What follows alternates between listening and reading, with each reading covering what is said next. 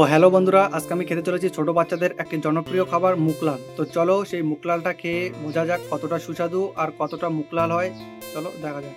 তো এই সেই মুগ লাল, তো চলো এবার খেয়ে দেখা যাক কতটা সুস্বাদু আর কতটা মুগ লাল হয়। তো আমি সেখান থেকে এবার একটা মুগ লাল বের করে নিব।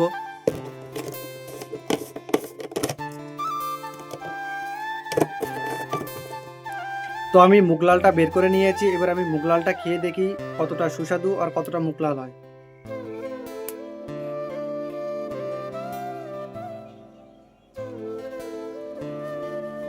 তো বন্ধুরা, অনেক কষ্ট করে খেতে হলো, তো যাই হোক খেতে খুব ভালোই ছিল।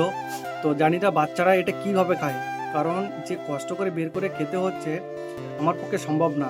তবে খাওয়ারটা টেস্ট আছে, মানতে হবে।